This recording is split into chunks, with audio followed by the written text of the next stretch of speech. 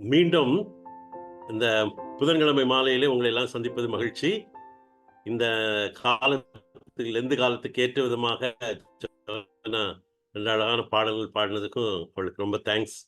நம்ம அப்படிப்பட்ட ஒரு மூடோடு கூட இன்னைக்குரிய ஸ்டடிக்குள்ள நம்ம நுழையலாம். ஏனென்றால் இன்றைக்கும் இதுக்கு அடுத்ததாக நம்ம 13th ஆஃப் மார்ச் நம்ம கூட போறோம் வெட்னஸ்டே. அதுக்கப்புறம் 20th ஆஃப் மார்ச்சும் நம்ம கூட போறோம். இந்த 3 நாட்களிலேயும் தொடர்ச்சியாக வரப்போகிற செய்தி வந்து அநேகமா ஒன்றோடு ஒன்று தொடர்புள்ளதாக தான் இருக்க போகுது. நமக்கு நல்லா தெரியும் 2Gs, 4Gs, 5Gs அப்படின்னா இந்த generation of wireless data communication for mobile carriers அப்படின்னு சொல்லி நம்ம ஓரளவு புரிஞ்சிடுவோம். ஆனால் பைபிளில் இந்த புதிய ஏற்பாட்டில் குறிப்பாக அந்த பேஷன் இயேசுவானுடைய பாடு மரணத்தை குறித்து செய்யும்போது அதில் ஆங்கிலத்தில் நம்ம எழுதுவோமானால் 3Gs 3Gsல உள்ள ஒரு சில காரியங்கள் இருக்கிறத பார்க்க முடியும். அந்த 3Gs முதல் G தான் இன்னைக்கு நம்ம பார்க்க போறோம். அதாவது கெத்சமனே, அதுக்கு அடுத்தது கபாத்தா, அதுக்கு அடுத்தது கோல்கொத்தா. இயேசுவானவருடைய ஜபம் அவரை சிறைப்பிடித்தது, அவரை நியாயம் விசாரித்தது, அவரை சிலுவையில் அறைந்து அவர் தன் ஜீவனை விட்டது. அந்த சம்பவங்களோடு தொடர்புள்ள இந்த சொற்கள் இருக்கின்றன. இந்த 3 சொற்களும் அரமிக் மொழியில உள்ள சொற்கள், அதாவது ஹீப்ருவிலிருந்து திரிந்த அதோடு தொடர்புள்ள ஒரு மொழி. இயேசுவானவர் அந்த நாட்களில அதிகமாக பயன்படுத்தி இருக்கக்கூடிய ஒரு மொழி. ஆகையினால அந்த மக்களுக்கு அது நன்றாக தெரிந்திருக்கும். இந்த நாள்ல இன்னைக்கு நம்ம முதல்ல உள்ள அந்த சொல், அதாவது கெத்சமனே அப்படிங்கிற குறித்து, இது 4 சுவிசேஷங்களையும் நடந்த சம்பவங்களோடு தொடர்புள்ள ஒரு சொல். அதை குறித்து நம்ம பார்க்கலாம். இந்த கெத்சமனே அப்படிங்கிறது அரமைக்கில் எப்படின்னா கெட்ஷெமனிம் அப்படிங்கிற ஒரு ப்ரொனன்சியேஷனோட இது இருக்குது. அதனுடைய பொருள் என்னவென்றால் ஆயில் பிரஸ், அதாவது பிழிந்தெடுக்கும் ஆலை என்கிற சொல். இந்த 4 சுவிசேஷங்கள்ல உள்ள பகுதிகளை நம்ம வாசித்தா ரொம்ப நேரம் ஆயிரும். அதனால ஒரு சுவிசேஷத்தில் உள்ள பகுதியை மாத்திரம் நம்ம வாசிப்போம். அது பிறகு மற்ற உள்ளதெல்லாம் நம்ம ரெஃபர் பண்ணி நம்ம பார்க்கலாம். அதிகாரம் அதுல நான் 36ஆம் வசனத்திலிருந்து நான் 56ஆம் வசனம் வரைக்கும் வாசிக்கிறேன். என்ன நடந்தது என்று நம்ம பார்க்கலாம். வெரி முக்கியமான ஒரு நாள். நம்ம கிறிஸ்துமஸ் ரொம்ப இதா கொண்டாடுகிறோம். இயேசுவானவர் பிறந்த நாள் என்று அதை நினைவு கூறுகிறோம். ஆனால் இயேசுவானவர் மரிப்பதற்கு முன்னதாக அவர் பட்ட பாடுகள், அவருடைய போராட்டங்கள், அவருடைய நெருக்கடிகள், இதை குறித்து நம்ம படிப்பது நமக்கு ரொம்ப முக்கியமாகவும் தேவையாகவும் இருக்கிறது. இப்போ மத்தேயு 26:36 நான் வாசிக்கிறேன். அப்பொழுது இயேசு அவர்களோட கெத்சமனே எனப்பட்ட இடத்திற்கு வந்து சீஷர்களை நோக்கி, நான் அங்கே போய் ஜெபம் பண்ணவும், நீங்கள் இங்கே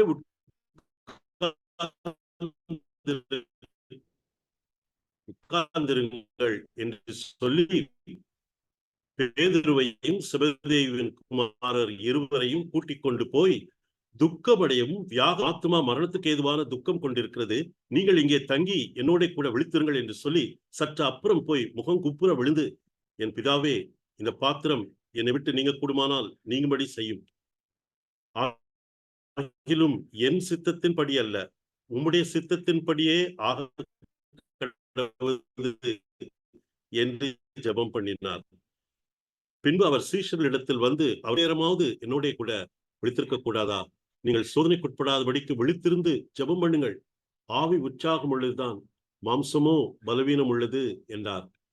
அவர் மறுபடியும் 2ஆம் தரம் போய், என் பிதாவே, இந்த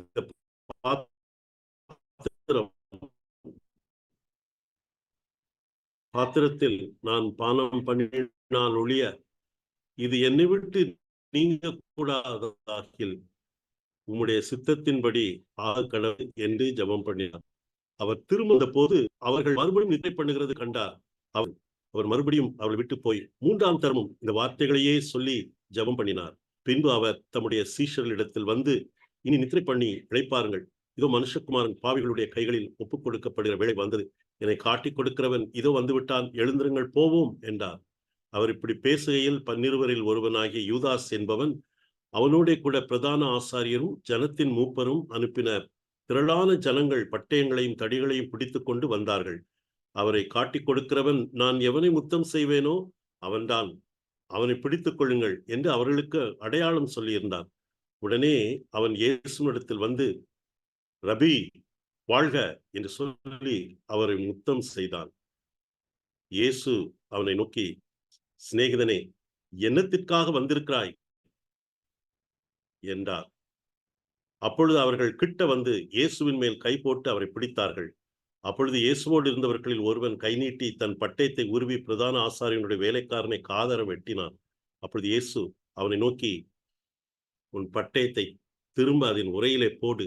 பட்டயத்தை எடுக்கிற யாவரும் பட்டயத்தால் மடிந்து போவார்கள். நான் இப்பொழுது என் பிதாவை வேண்டிக் கொண்டால் அவர் 12 லேகியோனுக்கு அதிகமான தூதரை என்னிடத்தில் அனுப்ப மாட்டார் என்று நினைக்கிறாயா? அப்படி செய்வேனானால் இவ்விதமாய் சம்பவிக்க வேண்டும் என்கிற வேத வாக்கியங்கள் எப்படி நிறைவேறும் என்றார். அந்த வேளையிலே இயேசு ஜனங்களை நோக்கி, கள்ளனை பிடிக்க புறப்படுகிறது போல நீங்கள் பட்டயங்களையும் தடிகளையும் எடுத்துக்கொண்டு என்னை பிடிக்க வந்தீர்கள். நான் தினந்தோறும் உங்கள் நடுவிலே உட்கார்ந்து தேவாலயத்தில் உபதேசம் பண்ண கொண்டிருந்தேன். அப்பொழுது நீங்கள் என்னை பிடிக்கவில்லையே. ஆகிலும் தீர்க்கதரிசிகள் எழுதியிருக்கிற வசனங்கள் நிறைவேறும்படி இவைகளெல்லாம் சம்பவிக்கிறது என்றார்.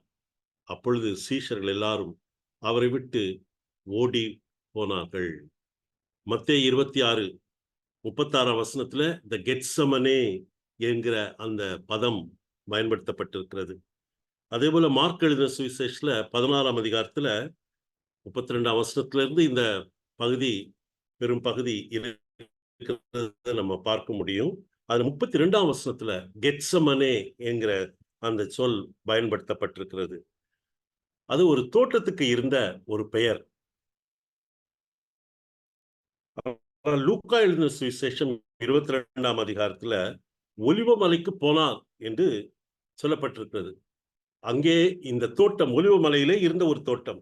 லூக்கா எழுதின யோவான் எழுதின சுவிசேஷம் 18ஆம் அதிகாரத்துல அங்கே கீதரோன் ஆற்றண்டைக்கு உள்ள அதுக்கு இறங்கி அவர் போனார். அங்கே ஒரு தோட்டம் இருந்தது என்று இருக்கிறது. அங்கேயும் கெத்செமனே என்கிற பேர் இல்லை.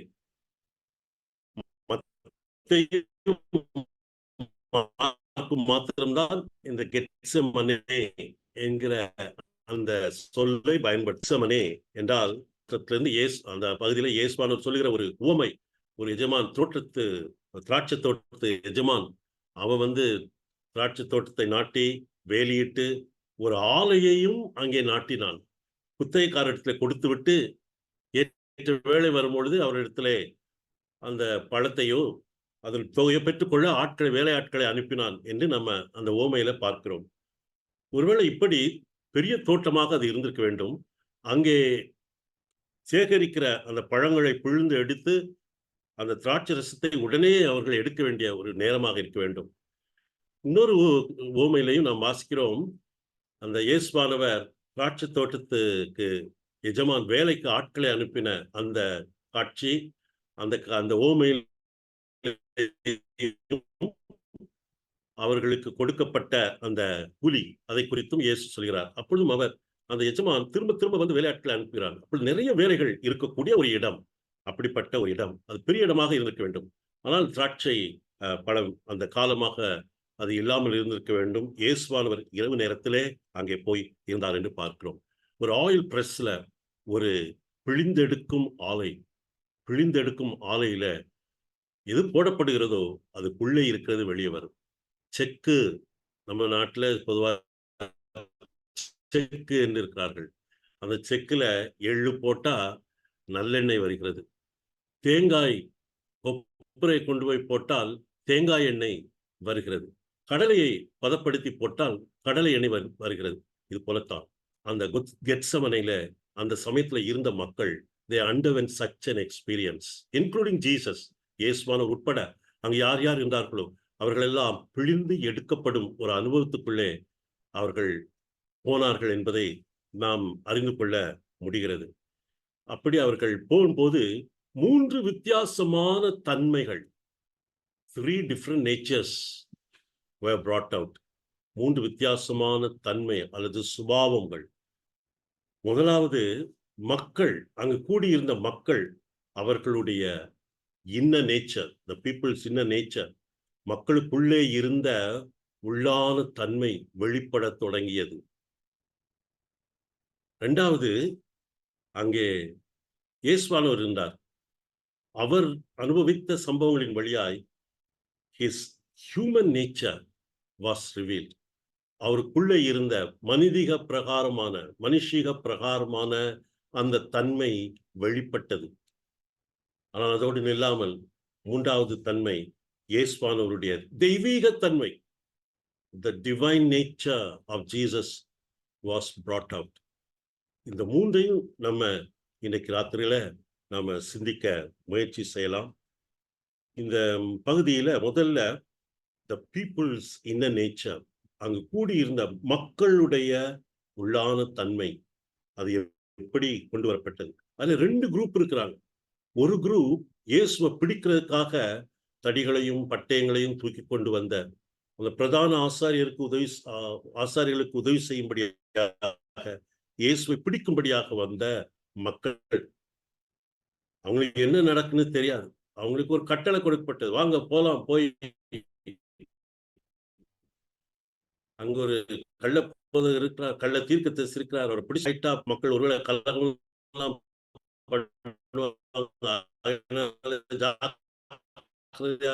போய் பிடிச்சிட்டு வாங்க, ஏதாவது ஆயுதங்களையும் பயன்படுத்தி தூண்டிவிடப்பட்ட மக்கள் அங்க வந்திருந்தாங்க. அவங்களுடைய நேச்சர் என்ன என்று நம்ம முதல்ல பார்க்கலாம். அவங்களுக்குள்ள இருந்தது மத்தேயு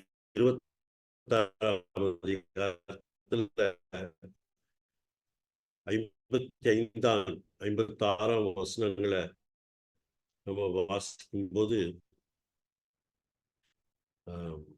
வேளையிலே இயேசு ஜனங்களை நோக்கி, கள்ளனை பிடிக்க புறப்படுகிறது போல நீங்கள் பட்டயங்களையும் தடிகளையும் எடுத்துக்கொண்டு என்னை பிடிக்க வந்தீர்கள். நான் தினந்தோறும் உங்கள் நடுவிலே உட்கார்ந்து தேவாலயத்தில் உபதேசம் பண்ணி கொண்டிருந்தேன், அப்பொழுது நீங்கள் என்னை பிடிக்கவில்லையே. அவங்களுடைய நயவஞ்சகம், அவங்களுடைய கபடம். பகலிலே பிடித்திருக்கலாமே, எவ்வளவு நாள் நான் உங்களோடு கூட அங்கே ஆலயத்தில் இருந்தேன், நான் ஓடிக்கொண்டா இருந்தேன், நான் உட்கார்ந்து தானே இருந்தேன், நான் பேசினேனே, எவ்வளவு நேரம் செலவழித்தேன், நீங்கள் அப்பொழுது பிடிக்கவில்லையே. இரவு நேரத்துல திருடனை பிடிக்கிற மாதிரில வந்திருக்கீங்க. இது உங்களுடைய உள்ளான தன்மையில இருக்கும் கபடத்தை காட்டுகிறது. அது தப்பானது. மார்க் எழுதின சுவிசேஷம் 14ஆம் அதிகாரத்திலையும் இயேசுவானவர் இப்படியே சொல்கிறார். லூக்கா எழுதின சுவிசேஷத்திலையும் அப்படி சொல்வதையே நாம் பார்க்க முடியும். இதை எது காட்டுகிறது? இந்த மனிதர்கள் இவங்கெல்லாம் they were attached to the temple gods வந்தாங்க. அங்க பக்திக்குரிய காரியங்கள் நடக்கும், தேவனை ஆராதிக்கும் காரியம் நடக்கும். லேவியர்கள் பாடிக்கொண்டிருப்பார்கள், ஆசாரியர்கள் பலி செலுத்தி கொண்டிருப்பார்கள், ஒரு பக்கம் மக்கள் வந்து காணிக்கை போட்டுக் கொண்டிருப்பார்கள், ஒரு பக்கம் கூட்டமாக மக்கள் ஜெபித்துக் கொண்டிருப்பார்கள், பில்கிரிம்ஸ் நிறைய பேர் வந்து போய் கொண்டிருப்பார்கள். இப்படி ஒரு பக்தி சம்பந்தமான சூழ்நிலை உள்ளவங்க, ஆனா உள்ளத்திலேயோ கபடத்தோடு கூட இருந்தாங்க. எரேமியா 17ஆம் அதிகாரம் 7ஆம் வசனம் வாசிக்கும் போது, அதுல மனிதனுடைய இருதயமே திருக்குள்ளதும் மகா கேடுள்ளதுமாய் இருக்கிறது, அதை அறியத்தக்கவன் யார்? இப்படி நம்ம உள்ளத்தினுடைய இருதயத்தின் நிலைமை இப்படி இருக்கிறத பார்க்கிறோம். Heart is deceitful above all things. ஒருவேளை வெரி பாய்சனஸ். உலகத்தில் இருக்கக்கூடிய பாய்சன் எல்லாம் விட அதிகமான பாய்சன் ஆனது ஹியூமன் ஹார்ட். அது டிசீட்ஃபுல்லா இருக்கனால it will lead us to death, eternal death. இந்த மக்களுக்குள்ள அப்படிப்பட்ட ஒரு கபடமான காட்சி. ஆதியாகமம் 6ஆம் அதிகாரத்துல 5ஆம் வசனத்தை வாசிக்கும் போது, நோவாவின் அந்த பிரளயம் வர்றதுக்கு முன்னதாக ஆண்டவர் சொல்கிறார், மனிதனுடைய உள்ளத்துல அது தோற்றமெல்லாம் சிறு வயதுல இருந்தே பொல்லாதா இருக்கும்.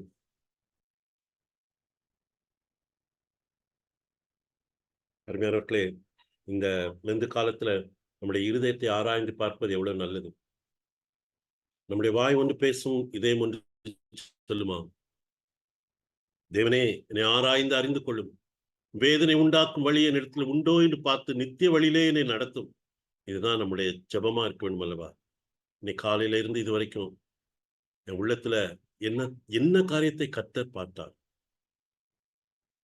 ஒரு கதை சொல்லுவாங்க. அந்த கதை நீங்க கேள்விப்பட்டிருப்பீங்க. ஒரு வித்தியாசமான நண்பர்கள். ஒரு ஆமையும், ஒரு ஸ்கார்பியனும், ஒரு தேளும் ஒரு ஆற்றங்கரை ஓரத்துல நண்பர்களா இருந்தாங்க. அப்போ அந்த ஆமை வந்து அடுத்த கரையில இருந்து நீந்தி இந்த கரைக்கு வரும். இந்த தேளோட கூட பேசிவிட்டு திரும்ப அடுத்த கரை போயிடும். ஆனா அந்த தேளுக்கு நீந்த முடியாது. தேளுக்கு வந்து அடுத்த கரை எப்படி இருக்குன்னு தெரியாது. அதனால ஒரு நாள் நண்பன்ட்ட கேட்டுச்சு, "நண்பனே, நீ தினமும் வந்து பேசிட்டு அங்க போயிர்றியே! என்னையும் கூட்டிட்டு போனா அந்த பக்கம் எப்படி இருக்குன்னு நானும் பார்த்துருவேனே! வா! என்ன கூட்டிட்டு போ" அப்படின்னு சொல்லிச்சு. நான் கூட்டிட்டு போவேன். ஆனா எனக்கு பயமா இருக்குது அப்படின்னுச்சு. ஆமா. ஏன் அப்படின்னா, நான் தலைய மாத்திரம் தான் தூக்கி பயங்கரமான ஆளாச்சுதே! உனக்கு ஒரு விஷமுள்ள அந்த கொடுக்கு இருக்குதே! அத வச்சு நீ என் தலையில கொட்டிட்டீன்னா அவ்வளதான். நான் செத்தே போவேன். தண்ணிக்குள்ளேயே முழுகிருவேன். நீனும் செத்துருவ. எப்படி நான் உன்னை கூட்டிட்டு முடியும்ன்னு சொல்லிச்சுது. அந்த அந்த ஸ்கார்பியன் சொல்லிச்சுது, "இங்க பாருப்பா, நான் உன் நண்பன் இல்லையா? நம்ம 2 பேரும் இவ்வளோ நாள் இங்க உட்கார்ந்து பேசிட்டுலாம் இருந்திருக்கோம்ல. நான் எப்படி அப்படி தீங்கு செய்வேன்? நான் அப்படிலாம் செய்யவே மாட்டேன்ப்பா. இல்ல, இல்ல எனக்கு பயமா இருக்கு. கட்டாயம் செய்ய மாட்டேன். நீ என்னை நம்புன்னு" சொல்லி அது வற்புறுத்தின உடனே இந்த ஆம சரின்னு நம்பி, அந்த தேள தன் தலையில வச்சு, அந்த ஆத்த கடந்து போச்சு. நடு ஆத்துல போற வரைக்கும் தேளுக்கு ஒண்ணும் தெரியல. நடு ஆத்துல பயங்கரமான தண்ணீர் ஓட்டத்த பார்த்த உடனே அதுக்கு பயம் வந்துட்டு, இந்த பக்கம் திரும்புது, அந்த பக்கம் திரும்புது. என்னடா இது ஆபத்தா இருக்கும் போல இருக்குது. ஆமைக்கும் ஒண்ணும் தெரியல. அது பாட்டுக்கு நீந்தி போயிட்டு இருந்துச்சு. திடீர்னு இந்த பயந்து போன அந்த தேளு, பயம் வந்துச்சுன்னா அது செய்ற அதனுடைய வேலை, கொடுக்க வச்சு கொட்டுறது. கொட்டிட்டு, ஆமையினுடைய தலையில கொட்டுன உடனே ஆமைக்கு தலை கிறுகிறுகிறுன்னு சுத்தி, "ஐயோ! என்னைய கொட்டிட்டியே! நீ தலையில கொட்ட மாட்டேன்னு சொன்னியே! உன் விஷயத்துல எனக்குள்ள தள்ளிட்டியே! நான் இப்ப என்ன செய்றது? ஏன் இப்படி செஞ்ச?" அப்ப அந்த தேள் சொல்லிச்சுது, "ஐயோ! இதுதான் என் தன்மை. This is my nature." இன்னைக்கு உலகத்துல எத்தன மனிதர்கள் அந்த ப பயந்து போய் அவங்க பவுல் அப்போஸ்தலன் சொல்லுவது போல, அவங்க அந்த தேளுடைய தன்மை அதுதான். மனுஷனுடைய தன்மை அதுதான். இந்த பாவ சரீரத்திலிருந்து என்னை யார் விடுவிக்க கூடும்ன்னு சொல்லி பவுல் ரோமர் 7ஆம் அதிகாரத்தில் எழுதுறானே, இதுதான் ஒவ்வொரு மனிதனுடைய இருதயத்தினுடைய நிலைமையை வெளிப்படுத்தக்கூடிய ஒரு காரியமாக காணப்படுகிறது. 2வது இந்த மக்கள்ட்ட காணப்பட்டது பயம். இன்னும் மனிதருக்கு பயப்படுகிற பயம். மனிதருக்கு பயப்படுகிற பயம் கண்ணிய வருவிக்கும் என்று நம்ம வேதம் சொல்கிறது. லூக்கா 20ஆம் அதிகாரத்துல 19 முதல் 20 வசனங்களை நம்ம வாசித்து பார்த்தோமானால், அதுல அவங்க நம்ம மனுஷருக்கு பயப்படுகிறதுனால இப்படி செய்கிறோம். லூக்கா 19ஆம் அதிகாரத்துல சாரி 20ஆம் அதிகாரம் 19, 20 நான் வாசிக்கிறேன். அ பிரதான ஆசாரியரும், வேதபாரகரும் தங்களைக் குறித்து இந்த உவமை சொன்னார் என்று அறிந்து, அந்நேரத்தில் அவரை பிடிக்க வகை தேடியும், ஜனங்களுக்கு பயந்திருந்தார்கள். இயேசுவானவர் குறித்து மக்கள் மத்தியில நல்ல மதிப்பு இருப்பதனால, மக்கள் அவருக்கு ஏதாவது நம்ம தீங்கு செய்தா, நமக்கு என்ன செய்வாங்களோ சொல்ல முடியாதுன்னு சொல்லி, மக்களை குறித்த ஒரு பயம் இருக்கிறது. Fear is the enemy of faith. எங்க ஃபெய்த் இருக்குதோ, அங்க ஃபியர் இல்ல. எங்க ஃபெய்த் இருக்குதோ, அங்க ஃபியர் இல்ல. அதே மாரி ஃபியர் இருக்க இடத்துல ஃபெய்த் இல்ல. மோசேய குறித்து நம்ம வாசிக்கிறோம். அவன் பார்வோனுடைய கோபத்துக்கு பயப்படாமல் புறப்பட்டு போனான் என்று சொல்லியிருக்கிறத நம்ம வாசிக்கிறோம். அப்படிப்பட்ட விசுவாச வீரர்களாக இருக்கத்தான் கர்த்தர் நம்மை அழைத்திருக்கிறார். ஆனால் ஆண்டவரை ஆராதிக்கிறோம், ஆண்டவரை சேவிக்கிறோம், அவருடைய பணியாட்களா இருக்கிறோம் என்கிற இந்த வேத பாரகரும், இந்த பிரதான ஆசாரியரும் மக்களுக்கு பயந்தவர்களாக காணப்பட்டத நம்ம வாசிக்கிறோம். இதுதான் மனிதர்களுடைய உள்ளத்திலிருந்து வெளியே வந்தது. ஒன்று கபடம், மாய்மாலம், ஏமாற்று வேலை. அடுத்தது மனிதருக்கு பயப்படும் பயம். 2வது இந்த அங்க இருந்த மக்கள குறித்து பார்க்கிற அடுத்த கூட்டம் சீடர்கள். இவங்க நல்லவங்க. 3 வருஷம் இயேசுவானவரோடு கூட இருந்தவங்க. இவங்கள சிலர்லாம் பெரிய தியாகத்த செய்து வந்தவங்க. அவங்களுடைய வேலையை, படிப்பு, தொழிலு, அவங்க அவங்க பெற்றோரு எல்லாரையும் விட்டுவிட்டு புறப்பட்டு வந்தவங்க. எத்தனையோ தியாகங்கள் இயேசுவுக்காக செய்தவங்க. ஆண்டவர் செய்த அநேக அ ச அற்புதங்கள் எல்லாம் நேர்ல பார்த்தவங்க. ஆனா அவங்க அன்றைய சமயத்துல எப்படி இருந்தாங்க? அவங்களுக்குள்ள இருக்கிறது வெளிய வந்துச்சு. ஒன்று அவங்களுடைய physical weakness. They were not prepared physically. அதனால முதல்ல என்ன பார்க்கிறோம்? அவங்களுக்குள்ள கனநித்திரை, தூக்க மயக்கம் காணப்பட்டது. மத்தேயு 26ஆம் அதிகாரத்துல 40ஆம் வசனத்திலிருந்து வாசிக்கும்போது, நீங்க 1 மணி நேரமாவது விழித்திருந்து ஜெபிக்க கூடாதா? அப்படின்னு சொல்லி அவர் சொல்றார். அவர் திரும்பி வந்து பார்க்கிறார். அப்பவும் அவங்க அவங்க தூங்கிக் கொண்டு இருக்கிறாங்க. 43ஆம் வசனம். அவர் திரும்பி வந்தபோது அவர்கள் மறுபடியும் நித்திரை பண்ணுகிறதைக் கண்டு. ஆண்டவர் ஏற்கனவே அவங்களுக்கு பல சமயங்கள்ல விழிப்பா இருக்க வேண்டும், எச்சரிக்கையா இருக்க வேண்டும், ஜெபம் பண்ண வேண்டும் என்பது குறித்து பல உவமைகள் மூலம் அவருக்கு எச்சரிப்பு கொடுத்திருக்கிறார். இப்போ அவங்களுடைய வாழ்க்கையில ஒரு முக்கியமான சூழ்நிலை, it will not be repeated. மரித்த கிறிஸ்து இனி மரிப்பதில்லை. மரணம் இனி அவரை ஆட்கொள்வதில்லை. This is the only time Jesus would embrace death. This is the only time Jesus would be found praying desperately in Gethsemane. அந்த சமயத்துல அவருக்கு துணையாளராக, உதவியாளராக நிற்க வேண்டியவங்க தூங்கிக் கொண்டிருந்தாங்க. They missed out a great opportunity, including Peter, John and James. ஒரு rare time. அருமையானவர்கள், அதை மிஸ் பண்ணா எவ்வளவு பெரிய, இனிமேல் அவங்களுக்கு கிடைக்கவே கிடைக்காத ஒரு நிலைமை அல்லவா? நம்ம வாழ்க்கையில ஆண்டவர் தரக்கூடிய வாய்ப்புகளை நம்ம இழந்து விடுகிறதுக்கு நம்ம பிசிக்கல் கண்டிஷன் ஒரு வேளை இருக்கலாம், அல்லது நம்முடைய சரீரத்தினுடைய விருப்பத்துக்கு நம்மளை விட்டு போடலாம். ஒரு எலெக்ஷன் நடக்குது, அதை தோற்றுவிட்டா 5 வருஷம் வெயிட் பண்ணும் இல்லையா? அது மாதிரி ஒரு எக்ஸாம் நடக்குது, அதுல தோற்று போனா அடுத்த வருஷம் தான் அதை பண்ண முடியும். பாருங்க, நாம ஸ்டேஷனுக்குள்ள போறோம், 1 நிமிஷம் லேட்டா போயிட்டோம், ட்ரெயின் போயிட்டு நம்ம நின்று பார்க்குறோம், பிளாட்ஃபார்ம்ல போயிட்டே இருக்குது, பட் ஆப்பர்ச்சுனிட்டி இஸ் லாஸ்ட் இல்லையா? ஆனா அதை விட ரொம்ப மோசம் என்னன்னா, 1 second, if the raise the runner comes 1 second late, அவன் he loses the first place. அவன் தோற்று போயிடான். 1 செகண்ட், ஒரே ஒரு செகண்ட் தான் இல்லை? நம்ம ஜாக்கிரதையா இருக்க வேண்டும். ஆண்டவரே, எங்க வாழ்க்கையில கர்த்தர் தரக்கூடிய வாய்ப்புகளை நாங்க ஜாக்கிரதையா இருந்து உமக்காக செலவழிக்க உதவி செய்யணும். இந்த நாட்கள் நம்ம கேட்கணும். 2வது, அவங்களுடைய எமோஷனல் இம்பேலன்ஸ். அவன் பொதுவா இங்க குறிப்பா பேதுரு குறித்து நம்ம சொல்லியிருக்குது. ஒரு இடத்துல பேதுரு பேரை போட்டிருக்குது, சில இடங்களில் பேதுரு பேர் போடல. பீட்டர் தன்னை குறித்து ரொம்ப பெருமையா பேசினவன். ஆண்டவரே, இவங்க எல்லாம் ஓடிப்போனாலும் நான் ஓடவே மாட்டேன், மத்தேயு 26:35 அப்படி சொன்னான். உமக்காக என் உயிரையே கொடுப்பேன் அப்படின்னு அவன் சொன்னான். ஆனா இங்க அவன் இயேசுக்காக நிக்க அவனால முடியல. உடனே அந்த பட்டயத்தை எடுத்து அவன் பிரதான ஆசாரியனுடைய வேலைக்காரனுடைய காதர வெட்டினான் என்று நாம் வாசிக்கிறோம். யோவான் எழுதின சுவிசேஷத்துல அதை குறித்து வாசிக்கும்போது அவனுடைய பேர் சொல்லப்பட்டிருக்கிறது. பேதுரு பேர் சொல்லல, ஆனால் மல்கூஸ் என்கிற அந்த பணியாளனுடைய பேர் சொல்லப்பட்டிருக்கிறது. அருமையானவர்களே, பேதுரு பின்காலத்துல இதை குறித்து அவர் உணர்ந்திருக்கணும். எவ்வளவு பொறுமையா இருக்குது அவசியம். ஆகினால அவர் நம்ம படித்தது போல 1 பேதுரு 5ஆம் அதிகாரத்துல அவரு 8ஆம் 9ஆம் வசனம் வாசிக்கும் போது, தெளிந்த புத்தி உள்ளவர்களாய் இருங்கள், விழித்திருங்கள், ஏனெனில் உங்கள் எதிராளியாகிய பிசாசானவன் கர்ஜிக்கிற சிங்கம் போல் எவனை விழுங்கலாமோ என்று வகை தேடி சுற்றி திரிகிறான். விசுவாசத்தில் உறுதியாயிருந்து அவனுக்கு எதிர்த்து நில்லுங்கள்.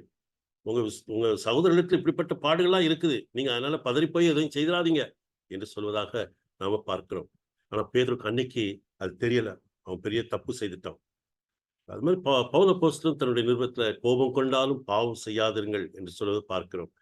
இந்த இயேசுவோடு நெருக்கமா இருந்தவர்கள், குறிப்பா இந்த பேதுரு, யோவான், யாக்கோபு 3 பேரும் யவீரனுடைய வீட்டுக்குள்ள சின்ன அறைக்குள்ள போய் அந்த பெண்ணை இயேசுவானவர் உயிரோடு எழுப்புறதை நேரில் பார்த்தாங்க.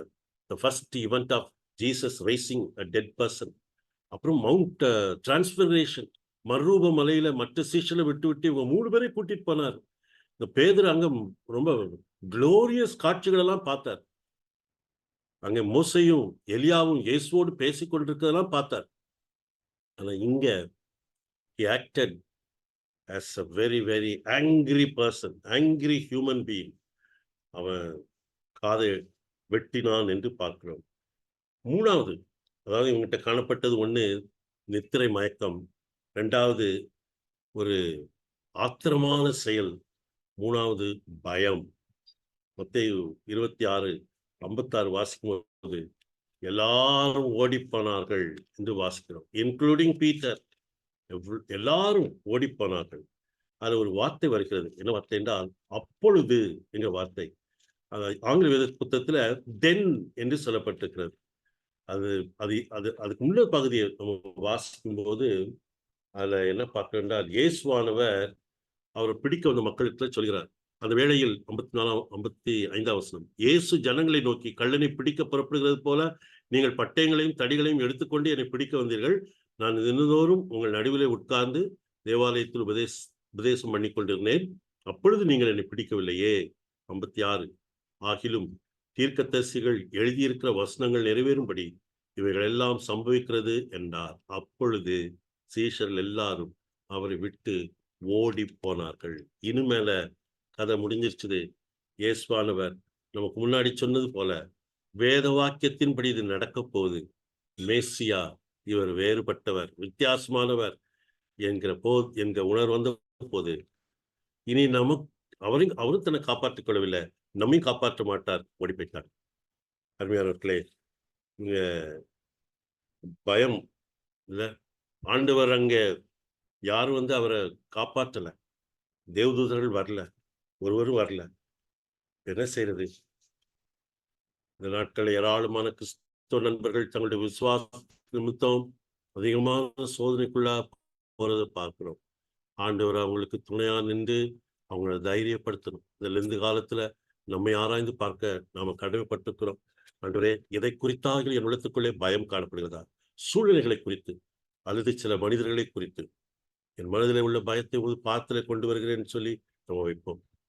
அடுத்ததாக 2வது பிக் சங்க் என்னென்றால், இயேசுவினுடைய மனுஷீக தன்மை, அவருடைய மகிமை. யோவான் 1:14 அந்த வார்த்தை மாம்சமாகி நமக்குள்ளே வாசம் பண்ணினார், அவருடைய மகிமையை நாம் கண்டோம். அது தேவனுடைய ஒரே பேரான குமாரனுக்கு ஒப்பாக இருந்தது. இந்த சீடர்கள் குறிப்பா யோவான் எல்லாம் இயேசுடைய மகிமையை நேருக்கு நேரா கண்ணார பார்த்தவங்க, மறுரூப மலையில பார்த்தவங்க.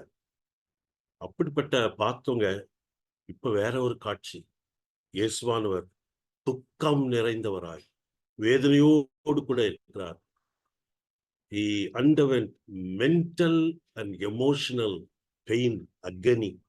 இப்படிப்பட்ட ஒரு துக்கத்தோடு கூட அவர் இருந்ததை பார்க்கிறோம். அந்த மத்தேயு எழுதிய சுவிசேஷத்துல 26ஆம் அதிகாரத்துல 37ஆம் வசனத்தை வாசிக்கும் போது இயேசுவானவர் அவர்களை பார்த்து சொல்கிறார், பேதுருவையும் செபதேயுவின் குமாரர் இருவரையும் கூட்டிக் கொண்டு போய் துக்கமடையவும் வியாகுலப்படவும் தொடங்கினார். He was not able to bear the pain. The pain was expressed in his facial expression. Maybe the posture, அதாவது சீஷர்கள் பார்க்கக்கூடிய அளவுக்கு அப்படி இருந்துச்சு. அவர் துக்கம் வியாகுலமும் அடையத் தொடங்கினார். அருமையானவர்களே, அது இன்னும் மோசமான காரியம் என்னவென்றால், லூக்கா எழுதின சுவிசேஷத்துல 22ஆம் அதிகாரத்துல 44ஆம் வசனத்துல அவருடைய வேர்வை ரத்தத்தின் பெரும் துளியாய் தரையில விழுந்தது. Such was the physical pain he had. அவ்வளவு வேதனையில அவர் கிடந்தார். துக்கம், அந்த துக்கத்தினால வேர்வையே ரத்தமா வந்துச்சு. 2வது, he felt so lonely. அவர் சீடர்களை கூட்டிட்டு வந்திருந்தாரு 11 பேரையும். 3 பேரை மாத்திரம் பக்கத்துல வச்சிருக்கிறாரு. ஆனா he felt so lonely.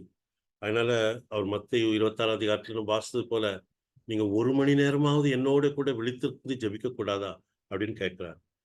என்னோடு கூட இருங்க. This is the hour, I need you. அவர் அநேக சமயம் சீஷர்களை விட்டுட்டு தனித்திருந்தார் என்று வாசிக்கிறோம். தனியாய் வனாந்தரத்திலே போய் ஜெபித்தார், தனியாய் மலையின் மேல் போய் ஜெபித்தார். நீங்க முன்னால அப்புறமா அந்த கரைக்கு அப்புறம் போங்க, நான் வாரேன்னு சொல்லி அவங்களை அனுப்பி விட்டுட்டு தனியாய் போய் ஜெபம்னார்.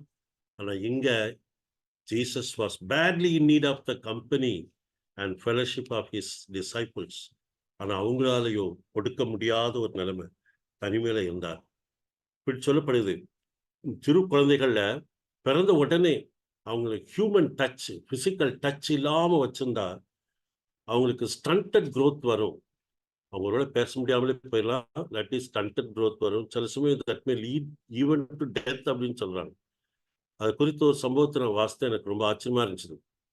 King Frederick the second, German king, 13th செஞ்சுரியில மதர் டங் எப்படி வருது அப்படிங்கிற பார்க்கறதுக்கு அவனுக்கு ஒரு ஆசை வந்துச்சு.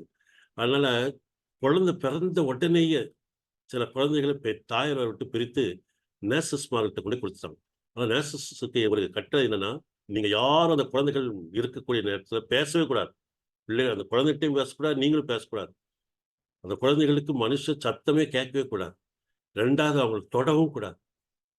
அப்ப என்ன நடக்குன்னு பார்க்கலான்னு கடைசியில் அந்த பிள்ளைங்க எல்லாரும் ஒருத்தரும் பேசவும் இல்லை. அவங்க மதர் டங் என்னன்னு சொல்லி இவனுக்கு தெரியவும் இல்லை. அவங்க செத்தும் போயிட்டாங்க.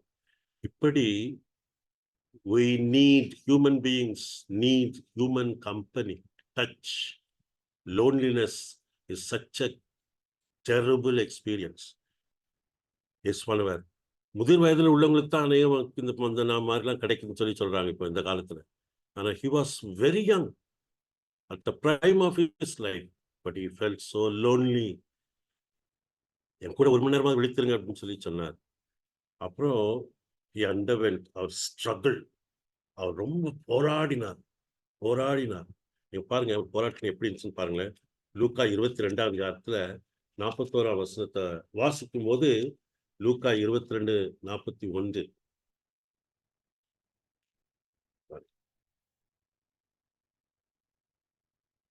அவர்களை விட்டு கல்லெறி தூரம் அப்புறம் போய் முழங்கால் படியிட்டு, அதான் முதல்ல அவர் ஜெபம் பண்ண போகும்போது செய்த போஸ்டர்.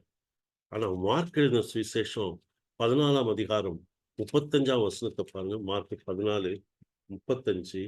அதுல சற்று அப்புறம் போய் தரையிலே விழுந்து, அந்த வேளை தம்மை விட்டு நீங்க போகக்கூடுமானால் அது நீங்க வேண்டும் என்று வேண்டிக் கொண்டார். தரையில விழுந்து, முழங்கால் போட்டது போதாது, தரையில விழுந்துட்டார். மத்தேயு எழுதின சுவிசேஷம் 26ஆம் அதிகாரத்துல 39ஆம் வசனத்தை வாசிக்கும் போது அதுல இன்னும் மோசமா சொல்லப்பட்டு பார்க்கிறோம். மத்தேயு 26:39. சற்று அப்புறம் போய் முகம் குப்புற விழுந்து, முகம் தரையில படும்படியா முகம் குப்புற விழுந்து, என் பிதாவே இந்த பாத்திரம் என்னை விட்டு நீங்க கூடுமானால் நீங்கும்படி செய்யும், ஆகிலும் என் சித்தத்தின்படி அல்ல உடைய சித்தத்தின்படியே ஆக்கிடுவது என்று ஜெபம் பண்ணினார். அதாவது அந்த வேதனை கூட கூட கூட அவரால் தாங்க முடியாத சூழ்நிலை வரும் பொழுது அவர் பாடி ரியாக்ஷன் வாஸ் சோ பத்தட்டிக். அவர் முழங்கால் போட்டாரு, அப்புறம் தரையில விழுந்தாரு, முகம் தரையில படும்படியாக கதறினார். அருமையானவர்களே, இயேசுவானவர் ரொம்ப ரொம்ப கஷ்டத்தோடு கூட அந்த சூழ்நிலை இருந்தார். அந்த கெத்செமனே தோட்டத்துக்கு போறதுக்கு முன்னாடி அவர் செய்த ஜெபத்தை நம்ம யோவான் 17ஆம் அதிகாரத்துல வாசிக்கிறோம். அவர் என்ன சொல்கிறாரா, பிதாவே நீர் எனக்கென்று நியமித்த கிரியை நான் செய்து முடித்தேன். That was well set. நான் முடிச்சிட்டேன் அப்படின்னு சொல்றார். ஆனா லூக்கா 22ஆம் அதிகாரம் 42ஆம் வசனத்துல இட் வாஸ் வெல் டன். அவர் சொன்னதை செய்தார். பிதாவே என்னுடைய சித்தத்தின்படி அல்ல உங்களுடைய சித்தத்தின்படியே ஆக்கப்படுவதுன்னு சொல்லி தன்னை வெறுமையாக்கினார், தன்னை முற்றிலுமாய் தாழ்த்தினார். ஆமென். நமக்காக தன்னையே அவர் அந்த வேளையில கொடுத்தார். 4வது பார்க்கிறோம், இயேசுவானவர் அவர் எமோஷனலா அவர் அக்னியோட இருந்தாரு. அவர் தனிமையில இருந்தாரு. அவர் அவர் போராடினாரு. கடைசியில அவருடைய வேதனை மரணத்தின் விளிம்புக்கே அவரை கொண்டு போய் விட்டது. அதனால மத்தேயு 26:38 நம்ம வாசிக்கும் போது அவர் சொல்கிறாரு, என் ஆத்துமா மரணத்துக்கு ஏதுவான துக்கம், மரணம். The next thing is only death. My experience is leading me to death அப்படின்னு சொல்றார். ஜீவாதிபதி லாசரு உயிரோடு கூட எழுப்பினவர், அந்த நாயினூர் விதவை மகனை, யவீருடைய மகளெல்லாம் உயிரோடு கூட எழுப்பினவர். இங்க ஸ்ட்ரகிளிங், துடித்துக் கொண்டு இருக்கிறார் டெத்தை ஃபேஸ் பண்ணும்போது. இரண்டாவது, is totally alien to his nature. He is the source of life, Lord of life, and he has nothing to do with death.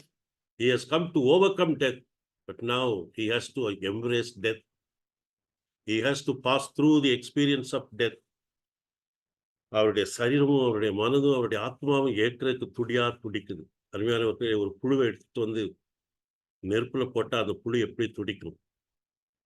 நான் ஊட்டியில இருந்திருக்கேன். ஊட்டியில உள்ள ரோஸ், அங்க உள்ள குளிரான சூழ்நிலையில் மலர்ந்திருக்கக்கூடிய ஒரு ரோஸை கொண்டு வந்து சஹாரா டெசர்ட்ல உள்ள அந்த வெயில்ல போட்டா எப்படி இருக்கும்?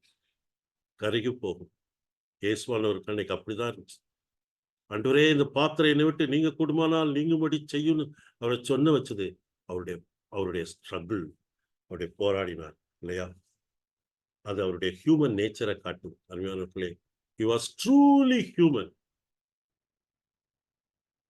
கெட்செமனே தோட்டத்தில் அவர் பிழிந்தெடுக்கப்படும் பொழுது அதுதான் வெளியே வந்துச்சு. ஆனா நம்ம வேற ஒரு காரியத்தையும் பார்க்கிறோம். ரோமர் 1:5 பவுல் இப்படி எழுதுகிறார், அவர் மாம்சத்தின்படி தாவீதில் பிறந்தவர். He was truly a human, born of the line of David, the king.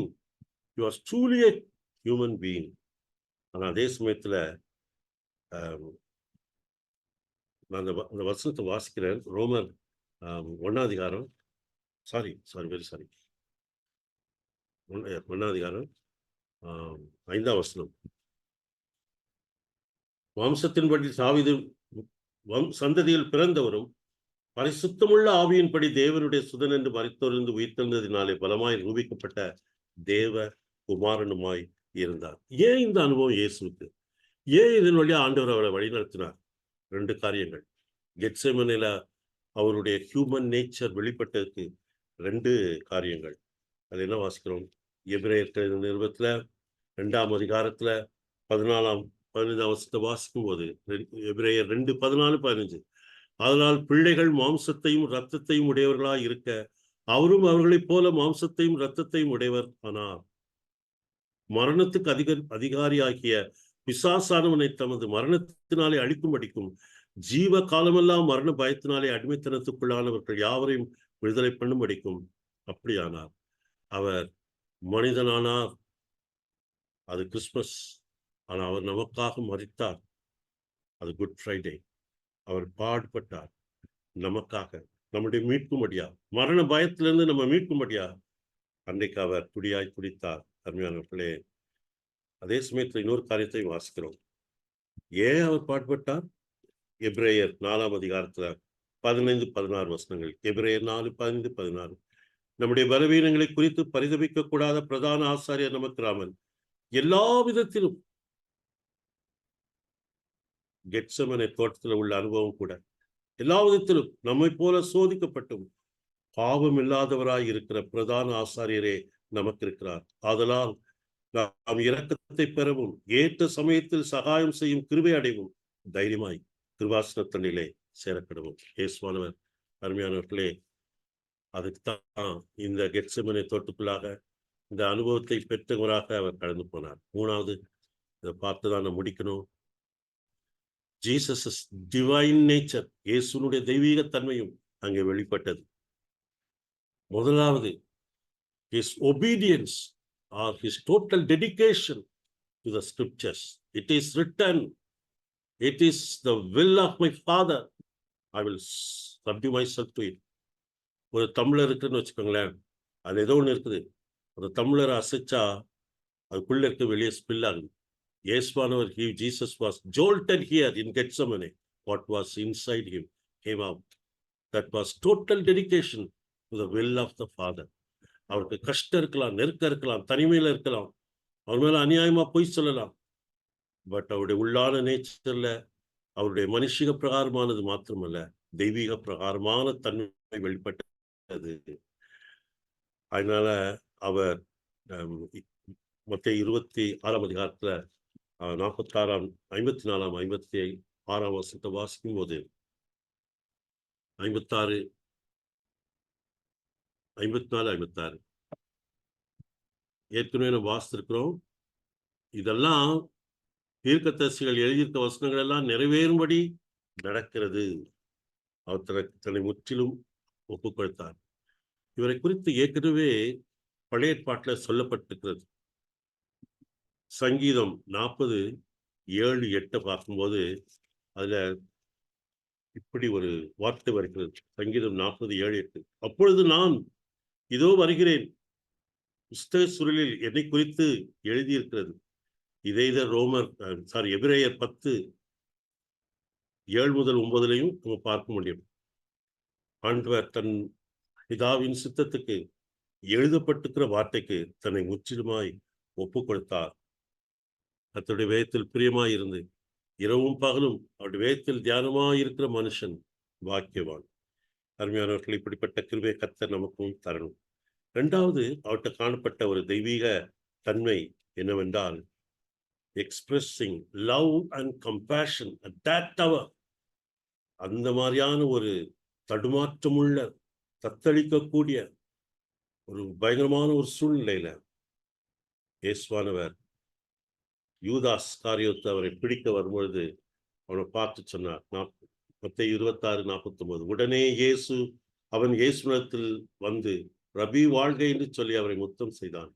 இயேசு அவனை நோக்கி, சிநேகிதனே, என்னத்திற்காக வந்திருக்கிறாய் என்றார். ஃப்ரெண்ட் என்று ஆங்கிலத்தில் இருக்கிறது. I still love you. You are not away from my love. You are not beyond the embrace of my love. Judas, you are my friend. Judas, I know that you are doing a very heinous crime, but you are still loved. நான் உன்னை நேசிக்கிறேன். இது யார் செய்ய முடியும்? அவரோடு கூட 3 வருஷம் இருந்தவன், அவரால் ஊழியத்தில் பயன்படுத்தப்பட்ட மனுஷன், அவரால் தெரிந்து கொள்ளப்பட்ட 12 அப்போஸ்தலர் ஒருவன். Now he is betraying. இயேசுவை மறுதலிக்கிறான். இயேசுவானவர் அவனிடத்தில் தன் அன்பை காட்டினார். வெறுப்பு அல்ல. பேதுருக்கு வெறுப்பா வந்துச்சு, கத்தி எடுத்து வெட்டிட்டான் இல்லையா? ஆனா இயேசுவானவர் ஒரு அன்பை காட்டினார். அவர் சொல்லியிருந்தா தேவதூதர்கள் வந்து இறங்கியிருப்பாங்க. ஒரு அன்பை காட்டினார். இன்னொரு லூக்கா 22ஆம் அதிகாரத்துல அந்த மல்குஸ் என்கிறவனுடைய காதை பேதுரு வெட்டி விட்டான். 51 வசனங்கள். அந்தபடியே அவர்களில் ஒருவன் பிரதான ஆசாரியனுடைய வேலைக்காரனை வலது காதர் வெட்டினான். அப்பொழுது இயேசு, இம்மட்டும் நிறுத்துங்கள் என்று சொல்லி அவனுடைய காதை தொட்டு அவனை சொஸ்தப்படுத்தினார். மரணத்துக்கு முன்னாக கூட அவருக்கு இருந்த கரிசனை. அடுத்தவங்க எவ்வளவு வேதனை அடைவாங்க, அவங்களுக்கு எவ்வளவு வலி, பொறுக்க முடியாத வேதனை இருக்கும் அப்படிங்கிற உணர்வு இவர்த்தா இருக்கும். அவர் உண்மையிலே மனித உருவில, மனித வடிவில இருந்தாலும் தெய்வீக தன்மையோடு கூட காணப்பட்டார். ஆமென். இதுதான் காட்ஸ் நேச்சர். பாவிகளாக நம்முடைய பாவத்தை அவர் வெறுத்தாலும், பாவியின் மரணத்தை விரும்பாத கர்த்தர் நமக்காக தானே பாவமானவர், பாவ பரிகாரம் உண்டாக்கினவர். அருமையானவர்களே, இந்த நாட்கள் இப்படிப்பட்ட கர்த்தர் தான் நம்ம நினைக்கிறோம். கார்டன் ஆஃப் ஈடன், அங்கே the first Adam disobeyed. Garden of Gethsemane, the second Adam obeyed the Father. இயேசுவானவருடைய ஊழியத்தின் தொடக்கத்துல அவர் வில்டர்னஸ்ல இருந்தார். He was tempted. 3 முறை அவர் பரிசோதிக்கப்பட்டார். Near the end of his earthly life in the Garden of Gethsemane, Jesus is tested. 3 தடவை அவர் போய் சீஷலை பார்க்கும்போது தூங்கிட்டு இருக்காங்க. Jesus was tested. அருமையானவர்களே, people may forget how we began, but they will remember how we end up. நம்ம எப்படி தொடங்கணுங்கிறது மக்கள் மறந்துடலாம், ஆனா நம்ம எப்படி முடிகிறோம் அதை மறக்க மாட்டாங்க. இயேசுவானவருடைய முடிவு குளோரியஸ் முடிவு. கெத்செமனேயில ரொம்ப பேத்தட்டிக்கா இருந்தாலும் ரொம்ப குளோரியஸ் முடிவு தேவனுடைய பார்வையில். அந்த சமயத்தில் நடந்த சில காரியங்களை நான் சொல்லி முடிக்கிறேன். ஒன்று, லூக்காவில் வாசிக்கிறோம், தேவதூதன் ஒருவன் தோன்றி அவரை பலப்படுத்தினான் என்று வாசிக்கிறோம். அங்க நடந்தது என்ன? Extension of help from heaven. எலியாவுக்கு தேவதூதன் வந்து அவனுக்கு சாப்பாடு தண்ணீரும் 2 தடவை கொடுத்தான் என்று வாசிக்கிறோம் இல்லையா? இயேசுவானவர் 40 நாள் உபவாசம் இந்த சமயத்துல தேவதூதர்கள் வந்து அவருக்கு பணிவிடை செய்தார்கள் என்று வாசிக்கிறோம். இங்கேயும் தேவதூதன் வந்து அவருடைய நெருக்கடியான சூழ்நிலை அவரை பலப்படுத்தினான் என்று பார்க்கிறோம். அருமையானவர்களே, நம்முடைய ஆண்டவர் நம்ம நேசிக்கிறவர், நம்முடைய ஆண்டவர் நம்முடைய கைவிடாதவர். இன்னைக்கு நம்ம வாழ்க்கையில் இருக்கக்கூடிய ஒரு கெத்செமனே தோட்டத்துல பிழிஞ்செடுத்தது போல ஒரு அனுபவத்துல இருந்தாலும், heaven is open for us. God will send the angels to help us. That's the Father's heart. That's his divine nature. அதுதான் இயேசுவானவர் எக்ஸ்பிரஸ் பண்ணார். உங்கள் மேல அவர் அக்கறை உள்ளவர் அன்னைக்கு ராத்திரில இருக்கிறார். அல்லேலூயா. நீங்க கண்ணுல பார்க்குறீங்களோ பார்க்கலையோ, தேவதூதர்கள் உங்களுக்கு உதவி செய்யும்படியா இறங்கி வருகிறவர்களும் உங்கள் ஜெபத்தை எடுத்துக்கொண்டு போகிறவர்களுமாக இருக்கிறார்கள். ஆமென். அல்லேலூயா. 2வது, இயேசுவானவர் அந்த இடத்துல அதிக பாரத்தோடு கூட ஜெபித்தார். நம்ம வாசிக்கிறோம் லூக்கா 22ல வாசிக்கும்போது அந்த வசனத்தை வாசிக்கும்போது, இந்த வசனங்கள் தொடர்ச்சியா அங்க இருக்குது. லூக்கா 22 அந்த தேவதூதன் வந்து 43ஆம் வசனத்துல அப்படி இருக்குது. 22 43 44ஆம் வசனத்துல அவர் மிகவும் வியாகுலப்பட்டு, எப்போ தேவதூதன் அவரை பலப்படுத்தின பின்னால, அதனால அவருடைய வியாகுலம் போகல. He had to struggle harder. அவர் மிகவும் வியாகுலப்பட்டு அதிக ஊக்கத்தோடே ஜெபம் பண்ணினார். அவருடைய வேர்வை ரத்தத்தின் பெருந்துளிகளாய் கரையிலே விழுந்தது. அதை எதை காட்டுகிறது? His total expression on God. My prayer, I will cling on to the Father. I will continue to look to him. எனக்கு ஒத்தாசை வரும் பர்வதங்களுக்கு நேராக என் கண்களை ஏறெடுக்கிறேன். வானத்தையும் பூமியும் உண்டாக்கின கர்த்தரிடத்திலிருந்து எனக்கு ஒத்தாசை வரும். ஆமென். Total dependence. ஏன்னா இன்னும் கொஞ்ச நேரத்துல அவரை பிடிச்சு இழுத்துட்டு போறாங்க, சவுக்கால அடிக்க போறாங்க, அவரை துன்புறுத்த போறாங்க, அவரை சிலுவை தைக்க போறாங்க, சிலுவை மரத்துல அறைய போறாங்க. பயங்கரமான வேதனை வழியா போகணும். ஆண்டவரே என்று சொல்லி பிதாவையே பற்றி கொண்டார். அருமையானவர்களே, இந்த நாட்களில் let us cling on to the Father, to our Lord Jesus Christ and the Holy Spirit God through prayer. Amen. நமக்கு தான் வெற்றி. Yes, we are on the victor's side. Amen. Jesus is victorious. கடைசியா அது என்ன வாசிக்கிறோம்? அந்த 46ஆம் வசனம். நீங்கள் நித்திரை பண்ணுகிறது என்ன? சோதனைக்குட்படாதபடிக்கு எழுந்திருந்து ஜெபம் பண்ணுங்கள். அப்போ அவரை பிடிக்கிறதுக்காக வாராங்க. மொத்த சுவிசேஷத்தை வாசிக்கிறோம். வாருங்கள், என்னை பிடிக்கிறவன் வந்து விட்டான், எழுந்து போவோம். அது எதை காட்டுது? Dedication to follow the path God had set for him.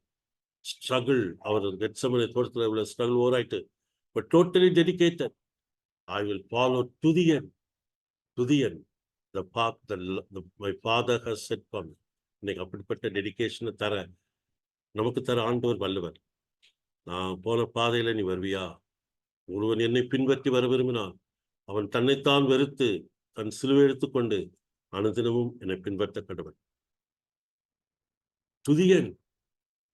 அருமையானவர்களே, இதுதான் கெத்செமனேல நடந்த சம்பவம்.